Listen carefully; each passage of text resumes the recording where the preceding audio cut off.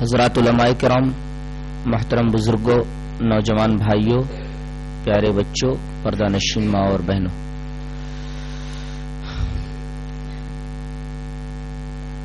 اسلام کے معاشرتی نظام میں خاندان کو بہت ہی زیادہ اہمیت حاصل ہے۔ خاندان کا استحکام تمدن کے استحکام کی علامت ہے۔ یہی وجہ ہے کہ اسلام کے نصاب حیات یعنی قرآن و حدیث میں خاندان کی تشکیل اور تعمیر کے تعلق سے بڑی واضح ہدایات ملتی ہیں۔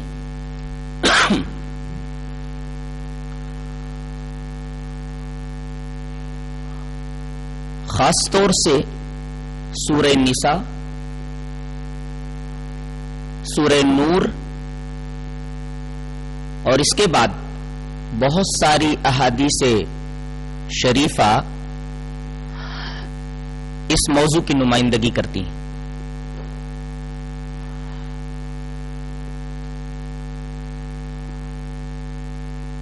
اللہ تبارک و تعالی نے 10 جگہ تقریباً قرابت داروں کے ساتھ حسن معاملہ کرنے کا حکم دیا ہے اور ان کے حقوق کی ادائیگی کی تاکید کی ہے۔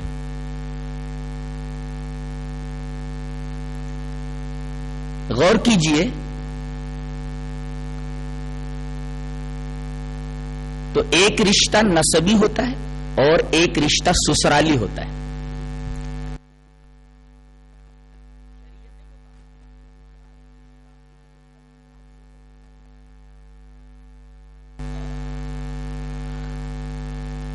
کسی بھی عقل مند پر یہ بات مخفی نہیں ہے کہ سسرال والے شوہر کی جو بیوی ہے، بیوی کے اہل قرابت ہیں۔ سسرال والے بیوی کے اہل قرابت ہیں اور یہی سسرال والے شوہر کے بچوں کے ننیحالی رشتہ دار ہیں۔ اس طرح ایک تو ان سے دامادی رشتہ ہے، دوسرے رحم کا رشتہ ہے۔ مسلم شریف کی ایک روایت ہے کہ نبی کریم صلی اللہ علیہ وسلم نے یہ ارشاد فرمایا کہ ان قریب تم ایک ملک فتح کرو گے، اشارہ تھا مصر کی طرف۔ ان قریب تم ایک ملک فتح کرو گے یعنی مصر کو فتح کرو گے۔ علامت یہ بتائی کہ جہاں قیرات کا رواج ہوگا، جہاں سکہ جو ہوتا ہے وہ قیرات ہوگا، وہاں قیرات کا رواج ہوگا، اور اس وقت قیرات کا رواج مصر میں تھا۔ جب تم ان کے اوپر فتح یاب ہو جانا تو ان کے ساتھ بھلائی کرنا، اس لیے کہ تمہارا ان کے ساتھ دامادی رشتہ بھی ہے اور رحم کا رشتہ بھی ہے۔ یہ تو مسلم کی روایت ہے۔ طبرانی میں تفصیل ہے۔ پہلے یہ جان لیں کہ حضرت اسماعیل علیہ السلام کی والدہ محترمہ حضرت ہاجرہ جو صفا سے مروہ، مروہ سے صفا کی طرف دوڑی تھی، اور اللہ تعالی نے اس کو شاعر میں سے بنا دیا۔ حاجی اور عمرہ کرنے والے کے لیے صحیح بین الصفا والمروہ ضروری قرار دیا گیا۔ یہ مصر ہی کی تھی۔ حضرت اسماعیل علیہ السلام کی والدہ ہاجرہ مصر کی تھی۔ اسی طرح آپ صلی اللہ علیہ وسلم کے بیٹے ابراہیم کی والدہ ماریا قبطیہ یہ بھی مصر ہی کی تھی۔ تو جب فاتح مصر حضرت عمر ابن عاص رضی اللہ تعالی عنہ نے مصر کو فتح کیا تو پادریوں سے آپ نے یہ کہا کہ ہمارے رسول نے آپ لوگوں کے ساتھ بھلائی کرنے کا حکم دیا ہے، اس لیے کہ آپ سے ہمارا رحم کا تعلق ہے۔ یہ بات سن کر کے سارے پادری بول اٹھے کہ اتنی دور کی رشتہ داری کا پاس و لحاظ ایک نبی کے علاوہ کوئی نہیں کر سکتا۔ یہ بات جس نے بھی کہی ہے وہ یقیناً نبی ہوگا۔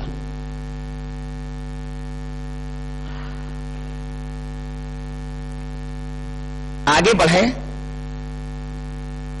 سیرت کا مطالعہ کریں تو آپ پر یہ بات واضح ہو جائے گی کہ دعوت اللہ کی راہ میں، تبلیغ و دعوت کی راہ میں، نبی کریم صلی اللہ علیہ وسلم کی تحریک اور آپ کے مشن کی راہ میں مالی، بدنی، ہر طریقے کی قربانیاں سب سے زیادہ آپ کے سسرال والوں نے دیا ہے۔ حضرت خدیجۃ الکبریٰ جو کہ آپ کی بیوی ہے، اسلام کے راستے میں آپ کی قربانیاں کسی بھی صاحب علم کے اوپر مخفی نہیں ہیں۔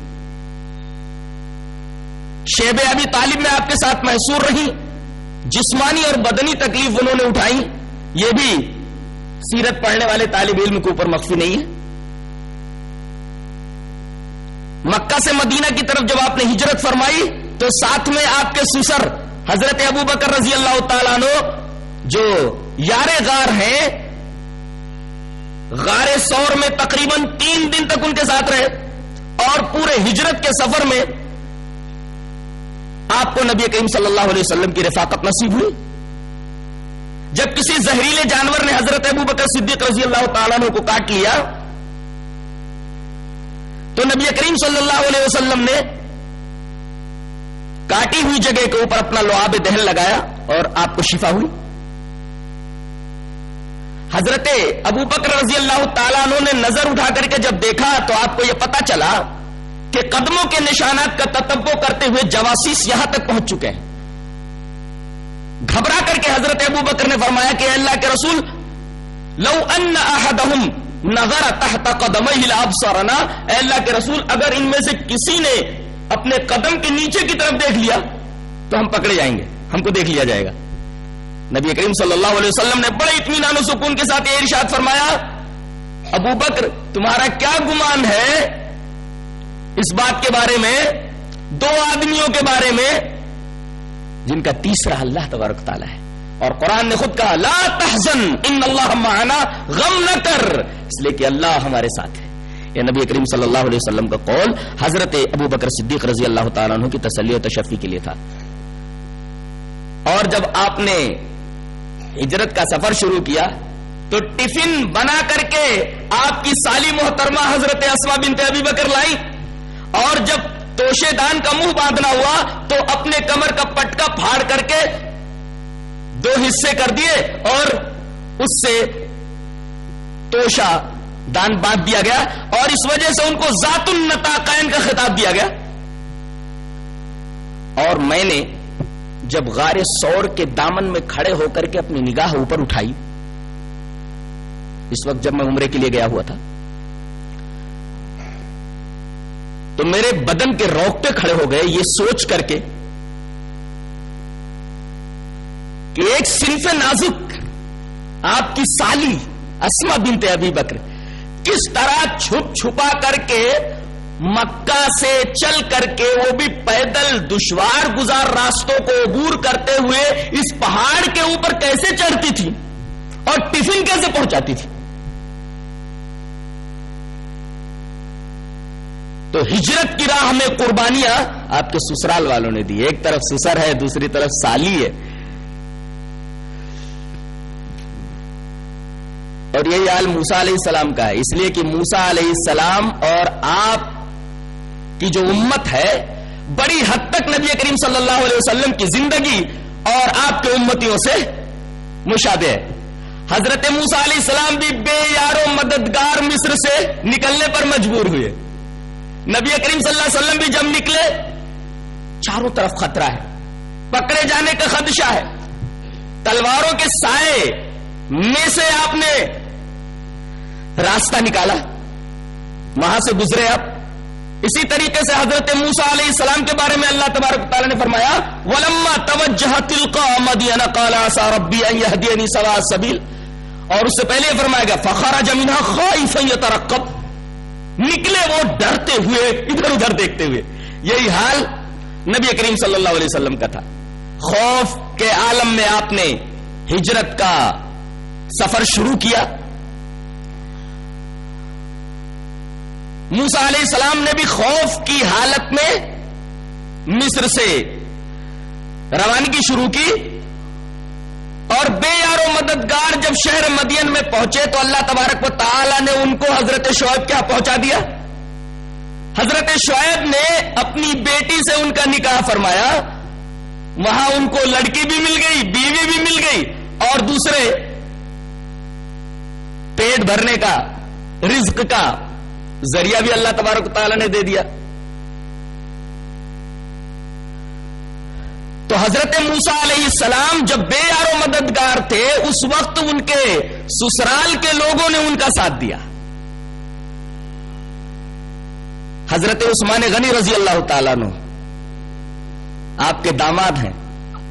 آپ کی مالی قربانیاں سیرت کا ہر طالب علم جانتا ہے کہ اللہ کے راستے میں انہوں نے کتنا مال خرچ کیا ہے.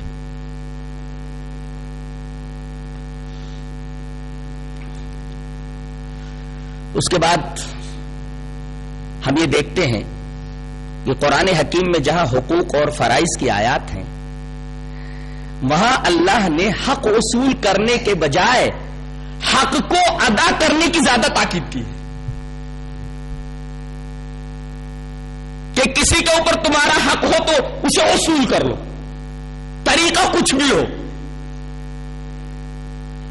بلکہ حقوق کو وصول کرنے کے بجائے حقوق کی ادائیگی کا حکم دیا ہے. فرمایا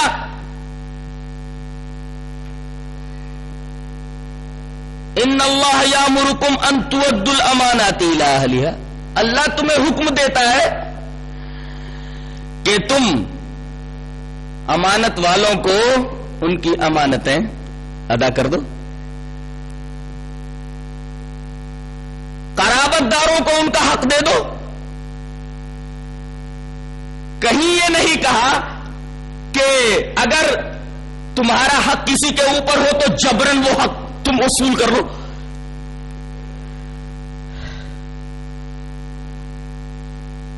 تو جب حقوق کی ادائیگی کی تاکید کی گئی ہے تو ضروری ہو جاتا ہے کہ ہم نسبی رشتوں کی بھی حفاظت کریں، اور جو لوگ نسبی رشتوں سے ہم سے جڑے ہوئے ہیں ان کے حقوق کا خیال رکھیں، اور سسرالی رشتے سے جو لوگ ہم سے جڑے ہوئے ہیں ان کے بھی حقوق کا ہم خیال رکھیں، ان کے بھی حقوق کا پاس و لحاظ کریں.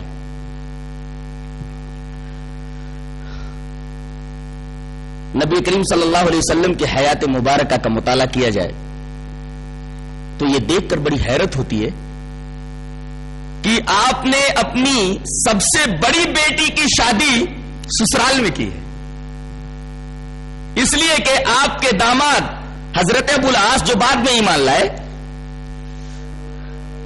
وہ حضرت خدیجۃ الکبریٰ کی بہن کے بیٹے ہیں، یعنی آپ کی سالی کے بیٹے ہیں. گویا آپ نے اپنی بڑی بیٹی کی شادی سالی کے بیٹے سے کیا. آپ کا یہ اسوہ بتا رہا ہے کہ اگر سسرال کے اندر کوئی معقول رشتہ موجود ہو لڑکی کا یا لڑکے کا تو اسے ترجیح دی جائے تاکہ سسرالی رشتے کے اندر اور استواری آئے، سسرالی تعلق اور زیادہ مضبوط ہو، جیسا کہ نبی کریم صلی اللہ علیہ وسلم نے کیا. جب آپ کے اوپر پہلی وحی اتری اور آپ گھبرا گئے اور آپ کو ایسا لگا جیسے آپ ضائع ہو جائیں گے، تو آپ کی تسلی اور تشفی کے لیے حضرت خدیجۃ الکبریٰ نے سب سے پہلے حضرت ورقہ ابن نوفل سے مشورہ کیا اور آپ کو حضرت ورقہ ابن نوفل کے پاس لے گئی. جو رشتے میں حضرت خدیجہ الکبریٰ رضی اللہ تعالی عنہ کے چچیرے بھائی ہوتے ہیں.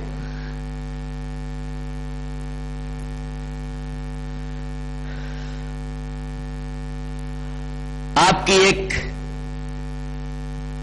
بیوی حضرت خدیجہ الکبریٰ ہے، سب سے پہلی بیوی، سب سے محبوبہ بیوی.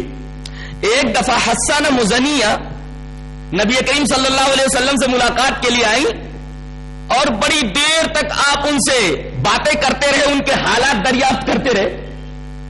جب حسانہ مزنیہ چلی گئی، مزنی قبیلے سے تھی، قبیلے مزن سے تھی، وہ مزنیہ قبیلے سے تھی، نام حسانہ تھا.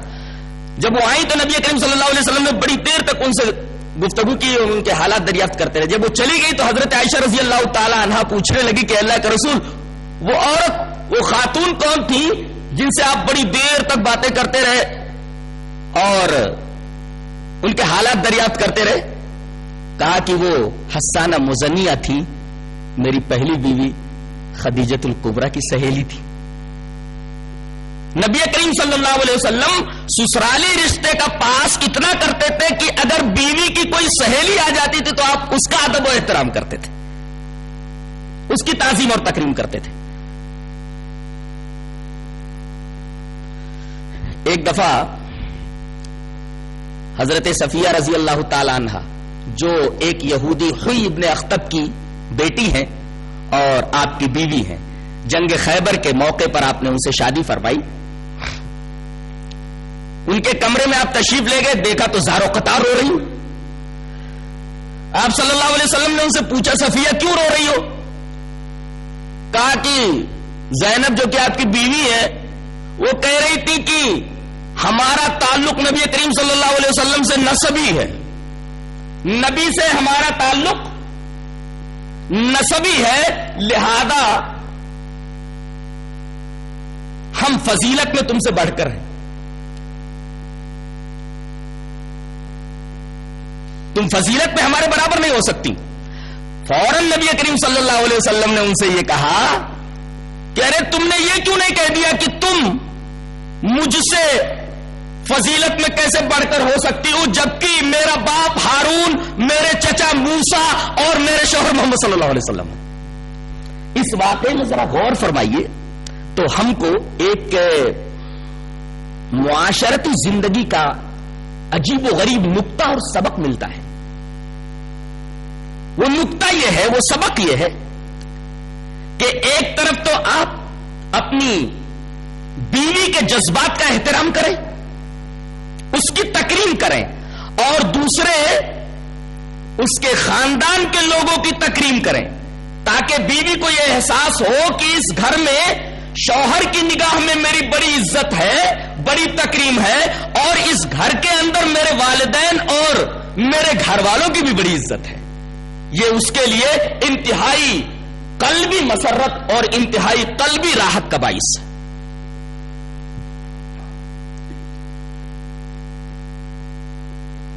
کہ آپ نے خود ان کی تکریم فرمائی کہ تم سے فضیلت میں بڑھ کر کے وہ کیسے ہو سکتی ہے، اور دوسرے آپ کے خاندان والوں کی آپ نے تکریم فرمائی کہ تمہارا باپ ہارون، تمہارے چچا موسیٰ، یعنی باپ کی بھی تکریم فرما رہے ہیں آپ، چچا کی بھی تکریم فرما رہے ہیں آپ. اس سے ہمیں یہ سبق ملتا ہے کہ ہم سسرالی رشتے سے جو ہم لوگوں سے منسلک ہیں، ہم سے منسلک ہیں، ان کا ادب و احترام کریں.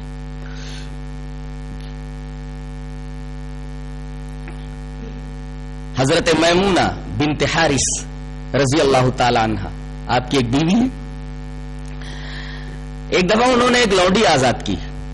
مسلم شریف کی یہ روایت ہے کہ نبی کریم صلی اللہ علیہ وسلم نے فرمایا تم نے لونڈی آزاد کر دی، تم نے اپنے ماموں کو دے دیا ہوتا.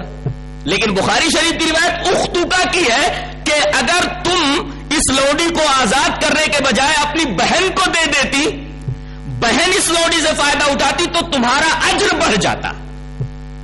آپ دیکھ رہے ہیں اپنی سالی کو وہ لونڈی دینے کی بات نبی کریم صلی اللہ علیہ وسلم کر رہے ہیں کہ اگر اس لونڈی کو آزاد کرنے کے بجائے میری سالی یعنی تم اپنی بہن کو دے دیتی تو تمہارا اجر بڑھ جاتا. اس سے بھی پتا چلا کہ آپ صلی اللہ علیہ وسلم سسرالی رشتے کا کس قدر خیال رکھتے تھے.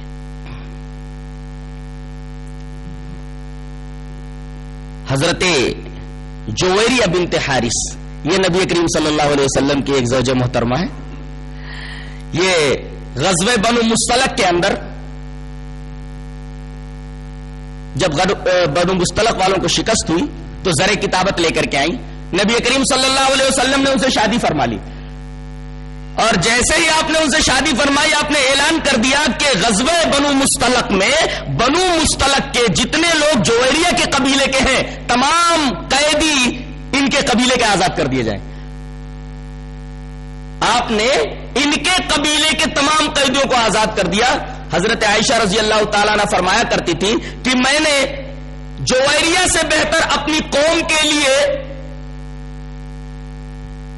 اس سے زیادہ بابرکت ہستی نہیں دیکھی کہ ان کی وجہ سے ان کے قبیلے کے قیدیوں کو اللہ کے رسول صلی اللہ علیہ وسلم نے آزادی دے دی, انہیں آزاد کر دیا.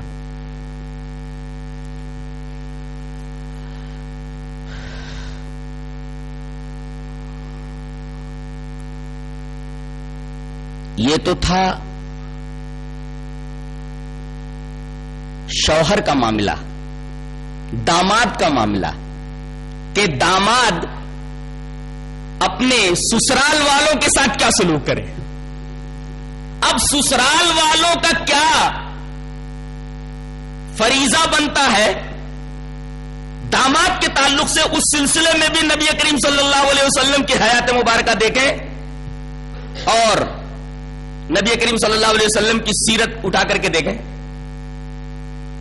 حضرت عثمان غنی رضی اللہ تعالیٰ عنہ کے بارے میں آپ کو معلوم ہے کہ آپ نے یکے بعد دیگرے 2 بیٹیاں ان کے نکاح میں دی, ام کلثوم اور حضرت رقیہ, اور آپ نے ارشاد فرمایا کہ اگر میری 10 بیٹیاں بھی ہوتی تو میں یکے بعد دیگرے عثمان کے نکاح میں دے دیتا. کیا پتا چلا؟ پتا یہ چلا کہ حضرت عثمان غنی رضی اللہ تعالیٰ عنہ اپنی بیویوں کے تعلق سے بہت ہی عظیم ہستی تھے. آپ سیرت عثمان غنی پڑھیے تو آپ کو معلوم ہوگا کہ یہی وہ داماد ہے کہ رسول اللہ صلی اللہ علیہ وسلم کی دونوں بیٹیوں کے تعلق سے کبھی کوئی شکایت جناب محمد رسول اللہ صلی اللہ علیہ وسلم کیا نہیں آئی. اس سے ہمیں یہ سبق ملتا ہے کہ داماد کو اپنے سسر کی بیٹی یعنی بیوی سے بہت اچھا سلوک کرنا چاہیے. حتی الامکان وہ یہ کوشش کرے کہ اس کی ذات سے بیوی کے واسطے سے سسر کو یا ساس کو کوئی تکلیف نہ پہنچے.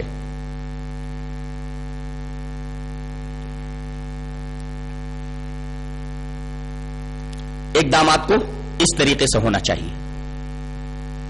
حضرت علی رضی اللہ تعالیٰ عنہ سے ایک مرتبہ حضرت فاطمہ کو رنجش ہو گئی, آئی کہنے لگی کہ اللہ کے رسول مجھے علی سے یہ شکایت ہے.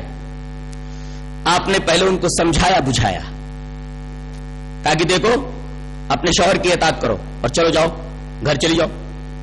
اس سے ہمیں یہ سبق ملا کہ اگر بچی آ کر کے اپنے سسر سے, اپنے بھائیوں, اپنے باپ سے یا اسی طریقے سے اپنی ماں سے, شوہر کے سسر یا ساس سے, سالی سے یعنی اپنی بہن سے, بھائیوں سے یعنی سالے سے آ کر کے کوئی بات اگر کہے, شوہر کی شکایت کرے, گھر والوں کی شکایت کرے, تو اس کی شکایت کا ایکشن نہ لیتے ہوئے, اس کی شکایت پر کان نہ دھرتے ہوئے فوراً اس کو واپس کر دینا چاہیے.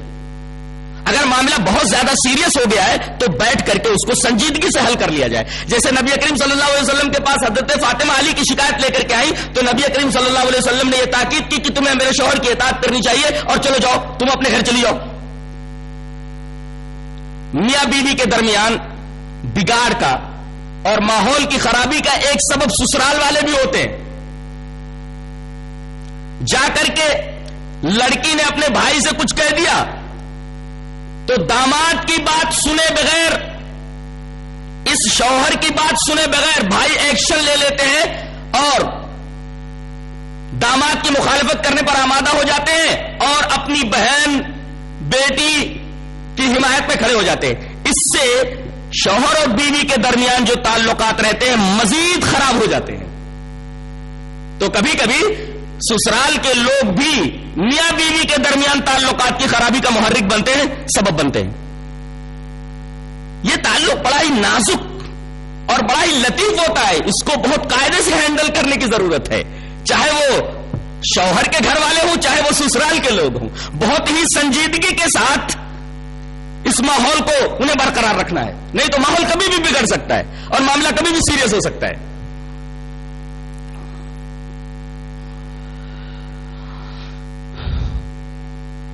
بہو کو کس طرح ہونا چاہیے، یہ بہت اہم پہلو ہے. اس بات کو نہ سمجھنے کی وجہ سے بہت ساری شکایتیں اور بہت ساری خرابیاں گھر کے ماحول میں پیدا ہو جاتی ہیں. لڑکی جو بیوی بن کر کے آئی ہے، کسی کی بہو بن کر کے آئی ہے،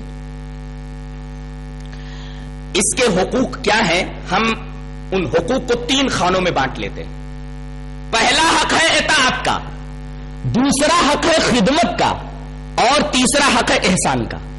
اطاعت صرف وہ اپنے شوہر کی کرے گی کہ وہ جو حکم دے اگر اللہ اور اس کے رسول کی خلاف ورزی نہیں ہے تو چپ چاپ اس کو تسلیم کرے. یہ حق کا پہلا خانہ ہے اطاعت کا. اطاعت وہ صرف اپنے شوہر کی کرے گی. دوسرے خدمت. خدمت کا مطلب ہے جسمانی فائدہ پہنچانا، ہاتھ پیر سے زبان سے فائدہ پہنچانا، مثلا کھانا پکانا، کپڑے دھونا، سلنے پرونے کا کام کرنا وغیرہ. یہ عورت کی شرعی ذمہ داری نہیں ہے، شرعی ذمہ داری نہیں. اس کی ذمہ داری صرف ایک قرآن نے بتایا ہے، بچوں کی پرورش کی ذمہ داری ہے. اللہ نے فرمایا وَوَصَّيْنَا الْإِنسَانَ بِوَالِدَيْهِ حَمَلَتْهُ أُمُّهُ وَهْنًا عَلَى وَهْنٍ وَفِصَالُهُ فِي عَامَيْنِ أَنِ اشْكُرْ لِي وَلِوَالِدَيْكَ. قرآن حکیم کے اس بیان پر ایک غور کی نظر ڈالیے، آپ کو پتا چلے گا کہ یہاں 2 مرتبہ وہن کا لفظ استعمال ہوا ہے. وہن کا مطلب ہوتا ہے کمزوری، وہنن علی وہن. یہ 2 مرتبہ وہن لانے کی کیا ضرورت تھی؟ اللہ تبارک و تعالیٰ بتانا چاہتا ہے اولا یہ کمزور ہے بیچاری، بہت کمزور ہے، یہ اس کی ساخت ہی کمزور ہے، اس کی بناوٹ ہی کمزور ہے، اس کی خلقت کی بنیاد ہی کمزور ہے. تو اولا فطری طور پر یہ کمزور ہے ہی. اب اس کے اوپر اگر بہت ساری خدمتوں کا بار ڈال دیا جائے تو ظلم ہوگا. فطری طور پر تو یہ کمزور ہے ہی، لہذا اس کے اوپر صرف خدمت کا ایک ہی بار ڈالا جائے، وہ ہے بچوں کی پرورش کا. اب دیکھیے، ایک تو فطری طور پر یہ کمزور ہے، دوسرے 9 مہینے تک تھک تھک کر کے بچے کو اپنے پیٹ میں اٹھاتی ہے. ایک تکلیف وہ جھیلتی ہے کمزور ہونے کے باوجود، دوسری کمزوری، اور پھر بچے کی پیدائش کی تکلیف برداشت کرتی ہے، کمزور ہو جاتی ہے. اس کے بعد بھی یہ بچہ اس کا پیچھا نہیں چھوڑتا، اس کو 2 سال تک مسلسل دودھ پلانا پڑتا ہے، اور دودھ پلاتے پلاتے 2 سال کے بعد 6 سال تک مسلسل اس بچے کی نگرانی کرنی پڑتی ہے جب تک کہ یہ باشعور نہ ہو جائے. اور اس دوران بھی شوہر نامدار اللہم جنبنا الشیطان و جنب الشیطان ما رزقنا پڑھتے رہتے ہیں، اور وہ دوسرے بچوں کی آمد شروع رہتی ہے. اب بتائیے کہ اس چیز سے وہ فارغ ہی نہیں ہو پاتی تو اس کے اوپر اور بہت ساری خدمتوں کا بار کیسے ڈالا جا سکتا ہے؟ وہ کیسے ہی ان تمام مشقتوں اور تمام بوجھوں کا مکلف ہو سکتی ہے، اور کیسے اس کو ان تمام بوجھوں کا مکلف بنایا جا سکتا ہے؟ یہ تو ظلم ہوگا اس کے ساتھ. تو خدمت صرف وہ اپنے بچوں کی کرے گی. کیا ترتیب ہے! اطاعت صرف شوہر کی، خدمت صرف بچے کی. اور یہ بچہ بھی کس کا؟ اس کا تو کچھ بھی نہیں ہے، بچہ باپ کا. اتنی محنت کرتی ہے، لیکن قیامت کے دن بھی پکارا جائے گا تو حضرت کے نام ہی سے پکارا جائے گا. بیوی تو ایک طرف رہے گی بیچاری، اس کا کوئی نام ہی نہیں ہے. دنیا والے بھی پکارتے ہیں تو ماں کے نام کے ساتھ اسے نہیں پکارتے، باپ کے نام سے پکارتے. جناب علی نہ کچھ کرنا نہ دھرنا اور ہر جگہ نام ان کا آ رہا ہے. بیچاری کس قدر پریشان ہو رہی ہو ہر مرحلے میں. تو اطاعت صرف شوہر کی، خدمت صرف بچے کی. دو. تیسرا مرحلہ ہے احسان کا. یہ حق کی تیسری نوعیت ہے، تیسرا خانہ ہے حق کا. یعنی بغیر جبر کیے وہ کسی کی خدمت کر دے، بغیر جبر کیے احسان کے طور پر کسی کی خدمت کر دے. ساس کی خدمت کرے احسان کے جذبے کے ساتھ، سسر کی خدمت کرے احسان کے جذبے کے ساتھ، شوہر کے بھائی بہنوں جو چھوٹے چھوٹے ہیں ان کے ساتھ حسن سلوک کرے احسان کے جذبے کے ساتھ، سسر کا کپڑا دھو دے احسان کے جذبے کے ساتھ، چائے لا کر دے دے احسان کے جذبے کے ساتھ، کھانا بنا کر دے دے احسان کے جذبے کے ساتھ، اور ساس کی فرما برداری کر لے، ساس کا حکم مان لے احسان کے جذبے کے ساتھ. یہ تیسرا خانہ احسان کا ہے. اب ایک اچھی عورت، ایک اچھی بہو وہی ہو سکتی ہے جو حقوق کی ان تینوں نوعیتوں کو بڑے ہی اچھے انداز سے ڈیل کر لے جائے.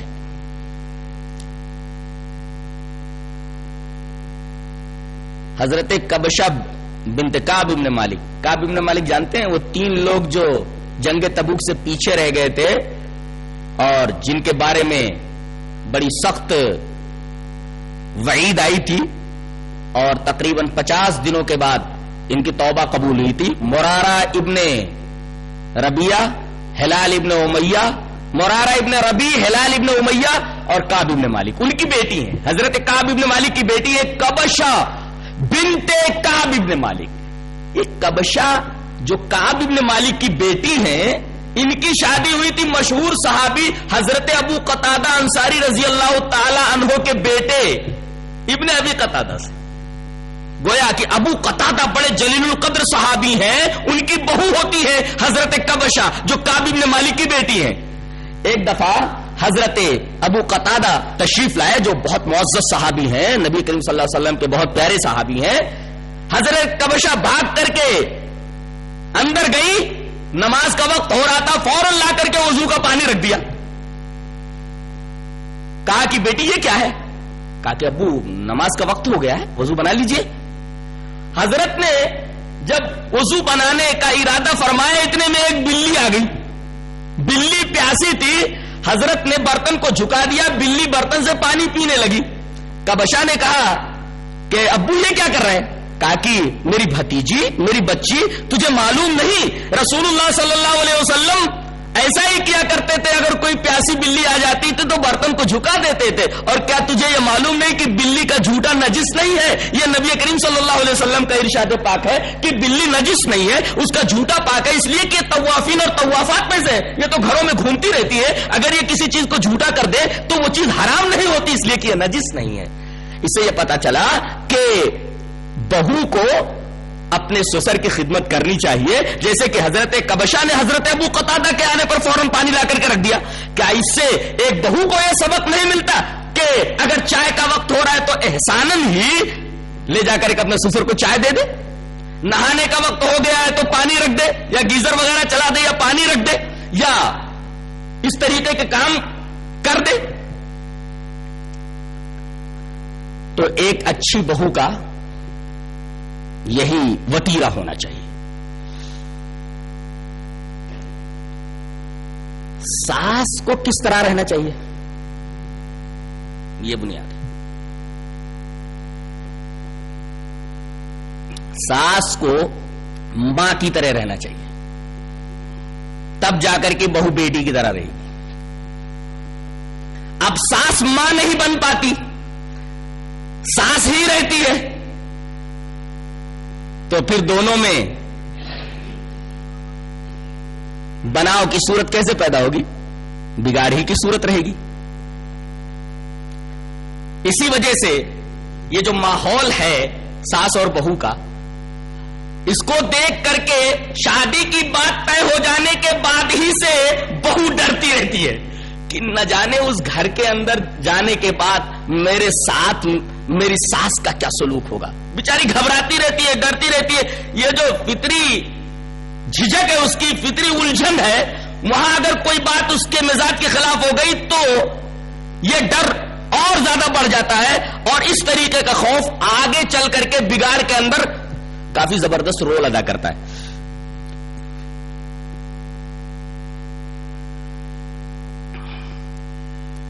بہو چائے لے کر کے آ رہی ہے ٹرے میں, اس لیے کہ ساس کی بہت ساری سہیلیاں آئی ہیں, اب ان سہیلیوں کو چائے پلانا ہے.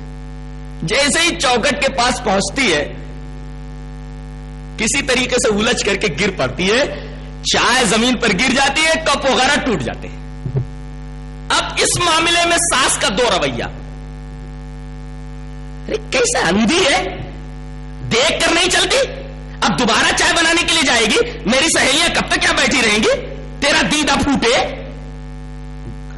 تیرے گھر والوں نے تجھے سکھایا نہیں تمیز کیا ہوتی ہے, طریقہ کیا ہوتا ہے, چلنا کیا ہوتا ہے, ارے تیرے گھر والوں نے تجھے چلنا تک نہیں سکھایا.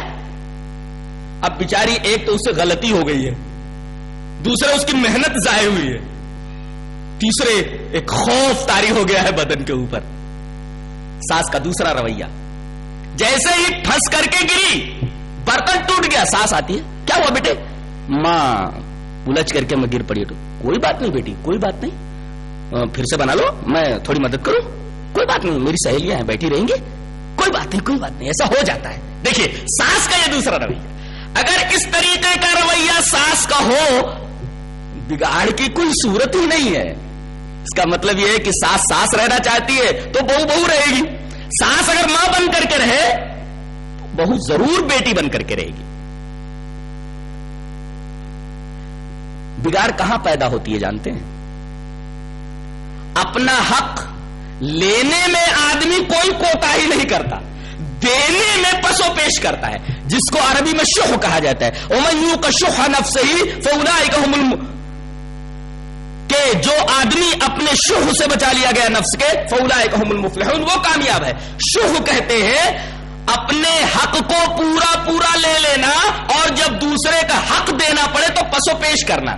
ساس چاہتی ہے کہ میرے سارے حقوق بہو ادا کرے, اور بہو کے میں کوئی حق ادا کرنے کی روادار نہیں ہوں. ظاہر ہے کہ فساد وہی پیدا ہوگا. کائنات میں جہاں کہیں فساد ہوا ہے اس کے پیچھے یہی جذبہ کار فرما رہا ہے کہ میرا حق مجھے پورا مل جائے لیکن میں دوسروں کا حقوق نہ دوں. اسی وجہ سے اللہ تبارک و تعالیٰ نے تطفیف والوں کے اوپر لعنت بھیجی کہ جو ڈنڈی مارتے ہیں اس میں کیا ہوتا ہے, یہی تو ہوتا ہے کہ پیسہ پورا لے لیا, تم نے تو پورا اپنا حق لے لیا لیکن اب تول کیوں کم دے رہے ہو. دینے والے نے اپنا حق ادا کر دیا, پورا پیسہ دے دیا, اب تمہارا حق بنتا ہے کہ پورا حق اسے دے دو. پورا حق نہیں دیتا, ڈنڈی مار لیتا ہے. فساد وہی پیدا ہوتا ہے. دنیا میں جہاں بھی فساد ہوا اس کے پیچھے یہی جذبہ کار فرما رہا ہے. ساس اور بہو کی انبن اس طریقے سے مشہور ہو گئی ہے کہ ان کے تعلق سے بہت سارے لطائف, کون سے لطائف, لطائف مضحکہ, ہنسانے والے لطیفے مشہور ہو گئے ہیں. ایک ساس کے بارے میں یہ پڑھا گیا کہ سنا گیا کہ بہو سے ایک زبردست مارکا آرائی کے بعد ٹھنڈی سانس کھینچتے ہوئے ساس یہ کہتی ہے میرے تو عمر بھر کے نصیب پھوٹ گئے.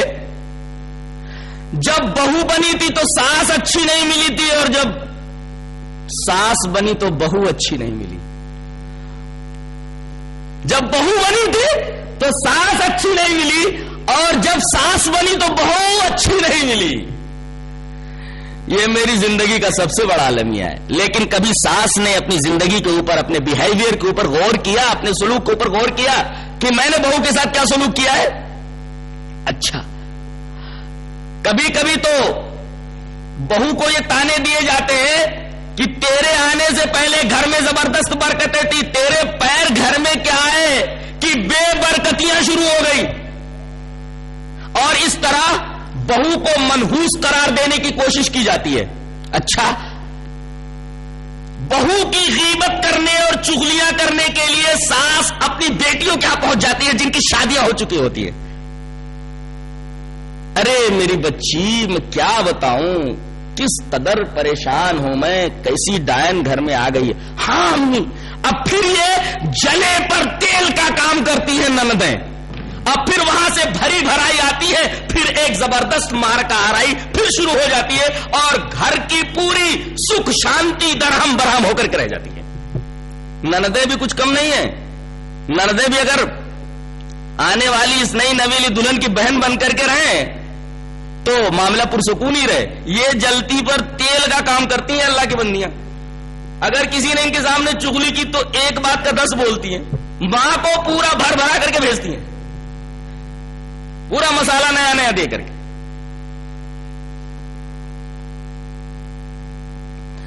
اور ان دو نایوں کے درمیان میں، ان دو کشتیوں کے درمیان میں یہ شوہر نامدار جو ہے، یہ بہت برا حال ان کا ہو جاتا ہے. اب کیا حال ہوتا ہے دو کشتیوں پر قدم رکھنے والے کا؟ اہل علم اور اہل شعور کے اوپر بات مخفی نہیں ہے. اگر بیوی کی حمایت کریں تو ماں ناراض ہو جاتی ہے، اور بیٹا ماں کے شرعی مقام اور ماں کے شرعی حقوق سے اچھی طرح واقف ہے. وہ جانتا ہے کہ جنت یہی ہے، ماں کے قدموں کے نیچے اگر کچھ بولتا ہوں تو جنت ہاتھ سے جاتی ہے. اور اگر ماں کی حمایت کرتے ہیں تو نئی نویلی جو دلہن آئی ہوئی ہے، نئی نئی وابستگی ہوئی ہے، اور نئے نئے لطف کا جو احساس ہوا ہے اس احساس کو برطرف کرنا پڑتا ہے. اس سے کون ہاتھ دھلے؟ اب یہ بیچ بیچ میں بیچارہ پس کر کے رہ جاتا ہے. نہ پائے رفتن نہ جائے مادن، کہ نہ تو پیر رکھنے کی جگہ ہے نہ بھاگنے کی جگہ ہے. چکی کے دو پاٹوں کے درمیان پس کر رہ جاتا ہے. جن لوگوں کو اچھی تعلیم ان کے ماں باپ نے نہیں دی ہوتی ہے، ماں سے الجھ پڑتے ہیں، جنت کہاں کی دوزخ کہاں کی. ایک صاحب نے آ کر کے شکایت کی کہ مولانا، بیوی کو کئی بار میں آپ کے درس میں لانے کی کوشش کر چکا ہوں لیکن نہیں آئی، بڑی نافرمان ہے. بولتا ہوں الف تو کرتی ہے بے. میں نے ایک دفعہ اسے جہنم سے ڈرایا آپ کے کہنے کے مطابق. میں نے کہا جہنم سے ڈرائیے. کہا کہ حضرت جہنم سے جب میں نے ڈرایا تو بڑا عجیب و غریب جواب سننے کو ملا. میں نے کہا وہ کیا؟ بولی میں تو چاہتی ہوں کہ اللہ مجھے جہنم کے بیچ میں لے جا کر کے رکھ دے. اب بولیے اس عورت کا کیا علاج ہے؟ اس عورت کا کیا علاج ہے؟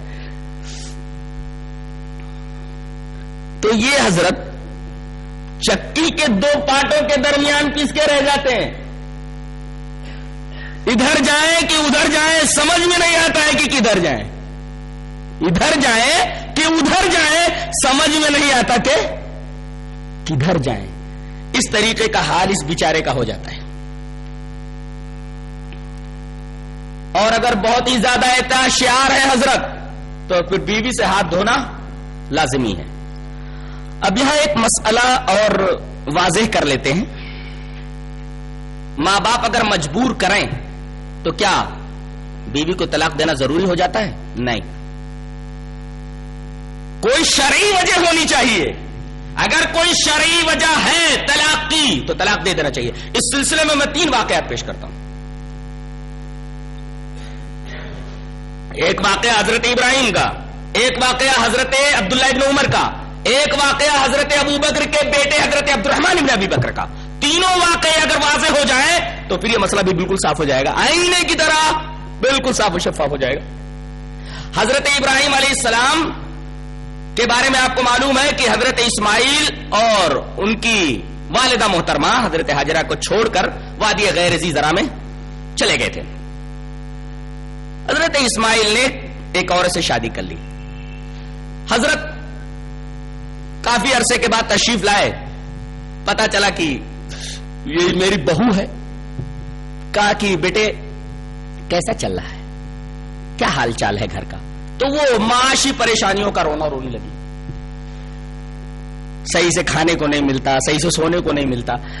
معاشی پریشانیوں کا دکھڑا لے کر کے بیٹھ گئی، معاشی پریشانیوں کا رونے لگی۔ حضرت جب واپس ہونے لگے تو یہ کہہ کر گئے کہ جب اسماعیل آئے تو ایک جملہ ان سے کہہ دینا، غیر اتبت بابک، اپنے گھر کی چوکھٹ بدل دینا، غیر اتبت بابک، اپنے گھر کی چوکھٹ بدل دینا۔ اتبت الباب مانے چوکھٹ۔ اب جب حضرت اسماعیل واپس آئے تو ان کی بیوی نے کہا کہ ہمارے سسر آئے تھے آپ کے والد، اور یہ جملہ کہہ کر کے گئے اپنے گھر کی چوکھٹ بدل دے۔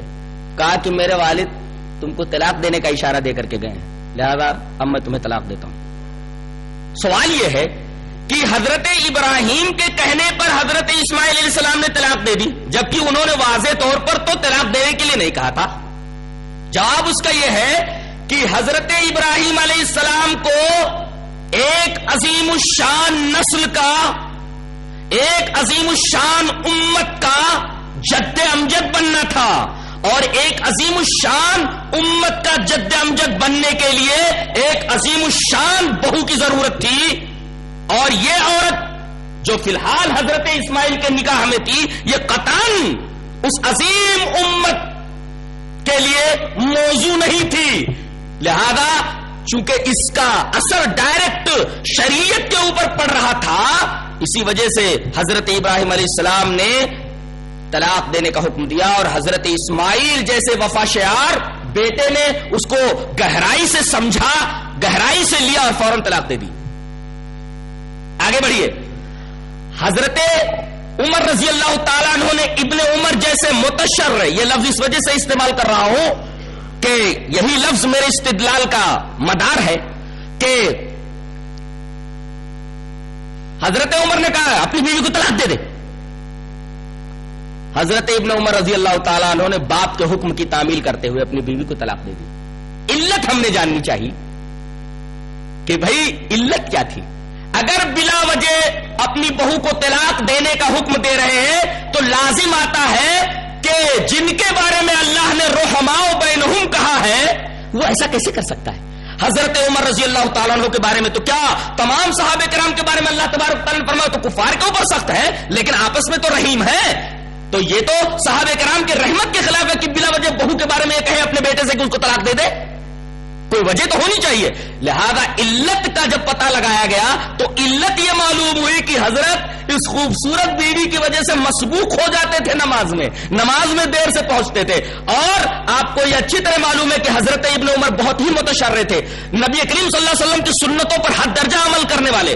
کہیں آپ اتفاقاً عادتاً کہیں پیشاب کے لیے بیٹھ گئے، استنجا کے لیے بیٹھ گئے تو حضرت ابن عمر رضی اللہ تعالیٰ عنہ وہاں اگر پیشاب نہیں بھی کرنا ہوتا تھا، استنجا نہیں بھی کرنا ہوتا تھا، وہاں بیٹھ جاتے تھے اور یہ سمجھتے تھے کہ یہاں بیٹھنا سنت کی ادائیگی ہے، یہاں میرا نبی بیٹھا تھا۔ اس طرح انہیں سنتوں سے محبت تھی۔ حضرت عمر نے دیکھا کہ یہ اتنا متشرع ہے میرا بیٹا، نماز میں ابھی مسبوق ہو رہا ہے، کہیں آگے چل کر کے یہ اس کی شریعت کے لیے، اس کے دین کے لیے یہ عورت فتنہ نہ بن جائے، لہذا چونکہ اس عورت کے عادات و اطوار شریعت کے اوپر اثر انداز ہو رہے تھے، حضرت عمر جیسے دور رس شخص نے، دور رس خلیفہ نے حکم دے دیا کہ اس عورت کو فوراً طلاق دے دو تاکہ تمہاری شریعت کے اوپر، تمہاری دین کے اوپر تمہارے اثر نہ پڑے۔ اس وجہ سے حضرت عمر رضی اللہ تعالیٰ نے طلاق دینے کا حکم دیا۔ حضرت ابو بکر رضی اللہ تعالیٰ عنہ نے اپنے بیٹے کو طلاق دینے کے لیے کیوں کہا ان کی بیوی کو؟ اس کی وجہ کتاب کے اندر یہ لکھی ہوئی ہے کہ حضرت بیوی کی محبت کو جہاد سے بڑھ کر سمجھتے تھے اپنے عمل سے۔ جی، بیوی کی محبت مقدم ہو گئی تھی جہاد کے اوپر، جبکہ قرآن میں یہ ہے کہ اگر تمہارے باپ، تمہارے بیٹے، تمہارے آبا و اجداد، تمہاری بیویاں، تمہارے شوہر، تمہارے مال، تمہارے خاندان، تمہاری بلڈنگیں، یہ سب کی سب جن سے تم محبت کرتے ہو، اگر یہ اللہ اور اس کے رسول سے زیادہ محبوب ہو جائیں اور جہاد کی سبیل اللہ سے زیادہ محبوب ہو جائیں تو انتظار کرو اللہ تبارک تعالیٰ کے امر کا۔ تو بیوی کی محبت کو مقدم سمجھنے لگے تھے جہاد پر، لہذا انہوں نے بھی یہ دیکھا کہ اس کے دین کے لیے یہ عورت فتنہ بن جائے گی، لہذا حضرت ابو بکر جیسے مزاج دان رسول، مزاج شناس رسول نے فوراً اپنے بیٹے کو یہ حکم دے دیا کہ اپنی بیوی کو طلاق دے دے۔ پتہ یہ چلا کہ اگر بیٹے کے شریعت کے اوپر کوئی اثر پڑ رہا ہے بیوی کے، بہو کے عادات و اطوار کی وجہ سے، تو ایسی بیوی کے بارے میں، ایسی بہو کے بارے میں اصرار کرے ماں باپ کی تو اس کو طلاق دے دے۔ یہ علت ہے جس کی وجہ سے طلاق دینے کی یہ باتیں سیرت کی کتابوں میں مرقوم ہیں۔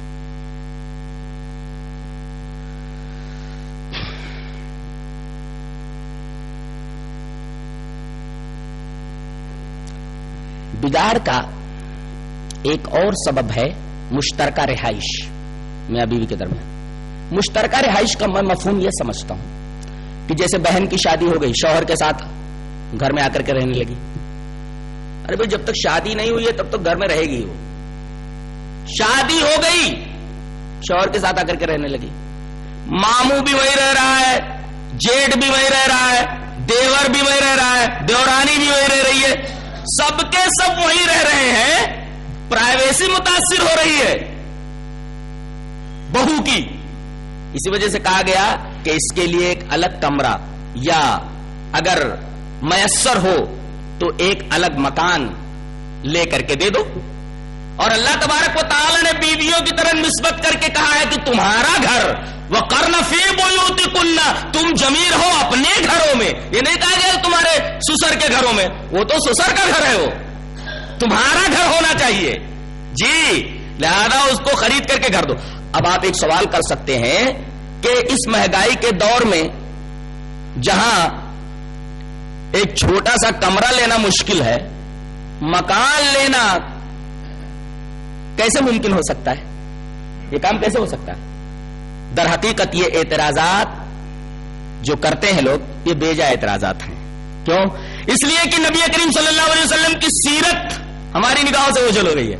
آپ جب مکے سے مدینہ تشریف لائے، آپ کے پاس کیا تھا؟ کچھ بھی نہیں تھا۔ آپ نے تقریباً 13 شادیاں کی، 9 ایک ساتھ کی بیویاں، اور ایک بیٹی بھی ساتھ میں ہے، حضرت فاطمہ۔ لیکن آپ دیکھیں گے کہ ہر ایک کے لیے کمرے الگ الگ، ہر ایک کے مکانات الگ الگ۔ مکان کا مطلب 10 بائی 10 کا کمرہ۔ یہاں تک کہ آپ جب سجدہ کرتے تھے تو حضرت عائشہ رضی اللہ تعالی عنہ آڑی لیٹی رہتی تھی، جب آپ سجدہ کرتے تو ان کے پیر پر ہاتھ مارتے اور وہ پیر سمیٹ لیتی تو آپ سجدہ کرتے، جب آپ اٹھ جاتے تو پیر بڑھا لیتی تھی۔ چھوٹا کمرہ 10 بائی 10 کا، بتائیے 10 بائی 10 کا چھوٹا کمرہ، دیواریں مٹی کی، اوپر چھت جو ہے وہ کھجور کے پتوں کی، دروازے کے نام پر ایک پٹ والا یا تو کمزور لکڑی کا دروازہ یا ٹاٹ لٹکا ہوا جسے آپ دروازہ کہہ لیجئے۔ اگر مکان کا یہ تصور ہو تو کسی بھی آدمی کے لیے اس طریقے کا مکان یا اس سے اچھا مکان لینے کی صلاحیت موجود ہے۔ اب مکان کا ہمارے یہاں کیا تصور ہے؟ ایک ہال ہو، ایک بہترین کمرہ ہو، ایک بہترین کچن ہو، ایک مہمان خانہ ہو، ٹی وی لاؤنج ہو، یہ تمام کی تمام چیزیں ہمارے تصور میں رہتی ہیں، اور پورا کا پورا مکان فرنشڈ ہونا چاہیے، آراستہ ہونا چاہیے، سامان آرائش ہر جگہ موجود ہونا چاہیے، بیسن الگ ہونا چاہیے، کھانے کا کمرہ، ڈائننگ روم اور پتہ نہیں کون کون سے روم ہوتے ہیں وہ سب ہونے چاہیے۔ اگر اس طریقے کا مکان آپ کو چاہیے تو پھر زندگی بھر آپ ایک مکان نہیں بنا سکتے، لیکن اگر مکان بنا کر کے اپنی بیویوں کو دینا چاہتے ہیں آپ نبی کے مکان کی طرح، تو یہ کچھ مشکل نہیں ہے تمہارے لیے۔ آپ اس معیار پر رہ کر کے سوچئے تو یہ کچھ مشکل نہیں ہے کہ ایک عورت کو آپ ایک مکان دے دیں اور پھر ماں باپ کو اس کے ساتھ کر لیں۔ جہاں بہت سارے لوگ رہتے ہیں، جہاں پر خلفشار کا امکان ہے، وہاں سے ہٹ جائیے، خلفشار کے امکانات کم ہو جائے۔ یہ ساس بہو کے عنوان پر ایک چھوٹا سا تبصرہ تھا۔ اللہ ہمیں اچھی سمجھ اور اچھے عمل کی توفیق عطا فرمائے۔ وآخر دعوانا الحمدللہ رب العالمین۔